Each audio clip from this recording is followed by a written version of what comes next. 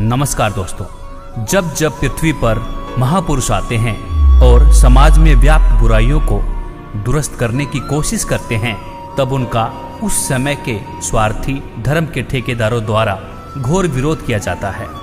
इतिहास गवाह है कि महापुरुषों के चले जाने के पश्चात सच्चाई से रूबरू होकर जनता उनकी मूर्तियां तक बनाकर पूजा करने लग जाती है और उनके धामों पर जाकर सिर झुकाने में अपना कल्याण समझते हैं। जैसे कि आज से 600 वर्ष पहले काशी में जब कबीर साहब आए थे, तब कुछ स्वार्थी धर्म के ठेकेदारों ने उन्हें 52 बार जान से मारने की मिथ्या कोशिश की थी। कभी तलवारों से काटा तो कभी हाथों में हथकड़ी, पैरों में बेड़ी व गंगा में डालकर तीर, तोपों के गोलों की बौछार की गई। तो कभी झेरे कुएं और गरम तेल के कढ़ाई में डाल दिया गया।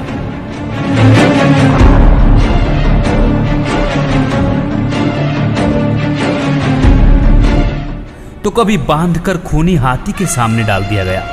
लेकिन वह तो अविनाशी थे, उनका बाल बांका तक नहीं कर सके।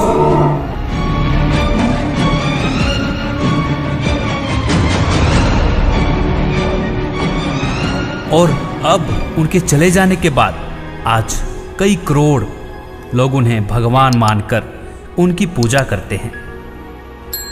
इसी तरह सिखों के प्रथम गुरु नानक देव जी, जब उन्होंने सच्चाई का रास्ता चुना, तब स्वार्थी धर्म के ठेकेदारों ने उनका कड़ा विरोध किया और यहाँ तक कि नानक जी को 7 महीना 17 दिन बाबर की जेल में भी रहना पड़ा।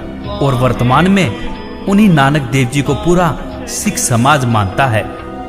इसी प्रकार ईसा मसीह जी को देख लो, उस समय स्वार्थी धर्म के ठेकेदारों ने उनके ज्ञान का विरोध करके उन्हें करस तक करवा दिया और आज पूरे ईसाई धर्म के लोग उनको पूजनीय मानते हैं।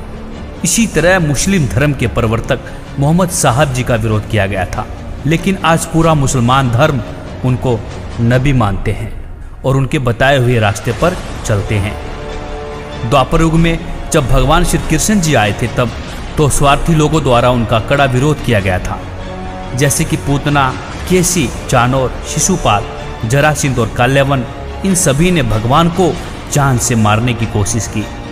इन सभी से परेशान होकर भगवान श्री कृष्ण ने मथुरा का त्याग करके द्वारका बसाई और आज हिंदू धर्म के लोग उन्हें पूजते हैं।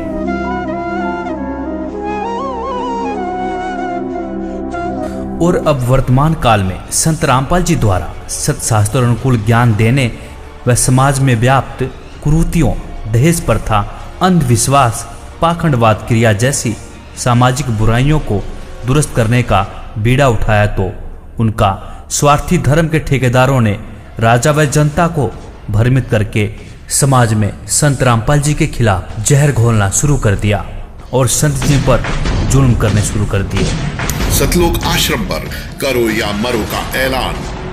आर्य प्रतिनिधियों ने किया आश्रम पर पथराव, करो था विवाद। आर्य समाजियों पर बने केस वापस लेगी सरकार, जिसके परिणाम स्वरूप आज संत रामपाल जी जेल में हैं। दोस्तों, आइए कुछ जानते हैं संत रामपाल जी के बारे में। संत रामपाल जी महाराज कबीर साहब को अपना इष्ट देव मानने वाले संत गरीबदास जी के 12वें पंथ के प्रचारक व आध्यात्मिक गुरु हैं, जिन्हें उनके गुरु स्वामी राम देवानंद जी ने उन्हें 1994 में नामदान देने का आदेश देकर अपना उत्तराधिकारी बनाया था। दोस्तों, कबीर साहब जी ने गरीबदास जी के इसी 12वें पंथ के विषय में 600 साल पहले कबीर सागर में भविष्यवाणी कर कहा है कि गरीबदास जी के 12वें पंथ में मैं कबीर स्वयं चलकर आऊंगा और उस समय के चल रहे नकली पंथों को मिटाकर एक ही पंथ चलाऊंगा। इसी कथन के नक्शे कदम पर चलते हुए संत रामपाल जी ने सन 2009 में ही विश्व के सभी धर्म गुरुओं को आध्यात्मिक ज्ञान चर्चा के लिए आमंत्रित किया था और इन सभी धर्म गुरुओं की सच्चाई से रूबरू करवाया था। तो आइए पहले देखते हैं वर्तमान समय के लिए गरीबदास जी के 12वें पंथ के बारे में कबीर सागर में क्या भविष्यवाणी की गई है। 12वें पंथ प्रगट हो बानी, और शब्द हमारे की निर्णय ठानी, हमारी वाणी का निर्णय करेंगे पर कर नहीं पाओगे ढंग से उसका निर्णय। अस्थिर घर का मर्म न पावे, यानी सतलोक नहीं जा सकते ये 12 पंथ हम ही को ध्यावे। बर्म में पंथ फिर हम ही चल आवे। होय होय।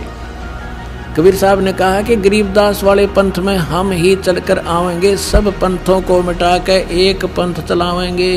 कबीर साहब के 12 पंथों का वृत्तांत इस प्रकार है। ते प्रथम नारायण दास ने, ये चूड़ामणि है, और दूसरा जागूदास जी का पंथ, और तीसरा सूरत गोपाल, चौथा मूल निरंजन टकसाली पंथ, पांचवा छठा भगवान दास का पंथ, सतनामी पंथ, कमाली पंथ, ये कमाली नहीं है कमाल का पंथ है, राम कबीर पंथ, प्रेम धाम की वाणी पंथ, 11वां जीवा पंथ और 12वां गरीबदास पंथ। तो दोस्तों अब यह जानने की कोशिश करते हैं कि संत रामपाल जी कबीर साहब के अवतार हैं या नहीं। जिस तरह कबीर साहब जी ने बहुत से महापुरुषों को सतलोक दिखाया है, जिनमें से आदरणीय धर्मदास जी, आदरणीय गरीबदास जी, गुरु नानक देव जी, दादू दास जी इत्यादि, इसी प्रकार संत रामपाल जी भी अपने हजारों अनुयायियों को जीते जी सतलोक दिखा चुके हैं। बैतूल एमपी की रहने वाली बहन भारती को जब संत रामपाल जी ने जिंदे जी सतलोक में कुछ ऐसा घटित होते दिखाया कि बहन भारती संत रामपाल जी को सतपुरुष कबीर साहिब का अवतार मानने को मजबूर हो गई। बंदी सतगुरु रामपाल जी महाराज मुझे सतलोक लेके गए, और जब मैं सतलोक में गई तो परमात्मा मेरे आगे आगे चल रहे थे। दोनों तरफ पहाड़ी थी, वहाँ पर बहुत अच्छे पेड़ पौधे लगे थे, और उन पेड़ पौधों में से छोटी छोटी ऐसी रोशनी बहुत प्यारी निकल रही थी। और एक उसमें से एक पौधे को मैंने छूकर देखा था, तो वो इतना सॉफ्ट था कि आज तक मैंने ऐसी कोई भी चीज़ को हाथ मतलब छूकर देखा तो मतलब ऐसी सॉफ्टनेस मुझे यहाँ पर फील नहीं हुई। तो बंदीछोर सतगुरु रामपाल जी महाराज मेरे सामने चल रहे थे और मैं उनके पीछे जा रही थी, और फिर परमात्मा बंदीछोर सतगुरु रामपाल जी महाराज जी ने मुझे कबीर साहिब जी के सिंहासन के पास ले गए, और वहाँ पर बंदीछोर सतगुरु रामपाल जी महाराज जी कबीर साहिब के सिंहासन के साइड में खड़े हो गए, और मैं उनके सामने कबीर साहिब के सामने खड़ी थी। तो क्या हुआ, देखते ही देखते क्या हुआ कि बंदीछोर सतगुरु रामपाल जी महाराज कबीर साहिब के शरीर में समा गए, और फिर अकेले कबीर परमात्मा रह गए। फिर कबीर परमात्मा का शरीर बंदीछोर सतगुरु रामपाल जी महाराज जी के रूप में चेंज हो गया। फिर बंदीछोर सतगुरु रामपाल जी महाराज जी कबीर साहिब के रूप में चेंज हो गए। फिर तब मुझे वहाँ पर समझ आया कि जो बंदीछोर सतगुरु रामपाल जी महाराज जी हमारे बीच यहाँ धरती पर रह रहे हैं, यही खुद कबीर परमात्मा है, और यही भगवान है जिसे मैं बचपन से तलाश रही थी। जय गुरुदेव पंथ से जितने भी लोग जुड़े हैं और वो बैठकर साधना कर रहे हैं और अपना समय बर्बाद कर रहे हैं और अपना शरीर गला रहे हैं, तो मैं उन सबसे प्रार्थना करना चाहूँगी कि आप एक बार बंदीछोर सतगुरु रामपाल जी महाराज जी की शरण में आए, और जिस सतपुरुष की, जिस परमात्मा को देखने के लिए, उनसे मिलने के लिए आप तरस रहे हैं, वो बंदीछोर सतगुरु रामपाल जी महाराज जी धरती पर आ चुके हैं। परमात्मा कबीर साहब आ चुके हैं, और वो आपके लिए पलके बिछाए खड़े हैं। अब आपको वो तत्व ज्ञान और यथार्थ भक्ति और मंत्र समाधान मिला है, वो इस दास के पास है। और अपना कल्याण कराओ। दास पलके बिछाई बैठा आपके लिए। आप भगवान के बच्चे हो, सारे जाओगे। सर, संत रामपाल जी महाराज जी से नाम दीक्षा लेने के बाद आपको और क्या लाभ मिले? सर, जैसे मैंने संत रामपाल जी महाराज से नाम दीक्षा लिए को अभी 1 महीना ही हुआ था, तो जनवरी का महीना था, तो मैं रात को 1 बजे मेरे को जमदूत ले गए यहाँ से। तो वहाँ नरक था, ऐसे कुत्ते टाइप के थे जो जानवर थे, और वो बोल रहे थे, और 2 बंदे मेरे इस बगल खड़े थे, 2 इस बगल। तो मेरे को पकड़ के बोलते कि तुम क्या कर रहे हो, तुम्हारी टाइम इतनी मेरे को पीड़ा हो रही थी। तो पीड़ा के बीच में तो मेरे को पूछा कि तुम क्या कर रहे हो। मैंने बोला कि मैं माता के जागरण भी करता हूँ, भक्ति करता हूँ माता की, और मैंने निरंकारी पंथ से भी जुड़ा हुआ। मैं अपना आशुतोष महाराज जी के पास भी वो भी भक्ति की है।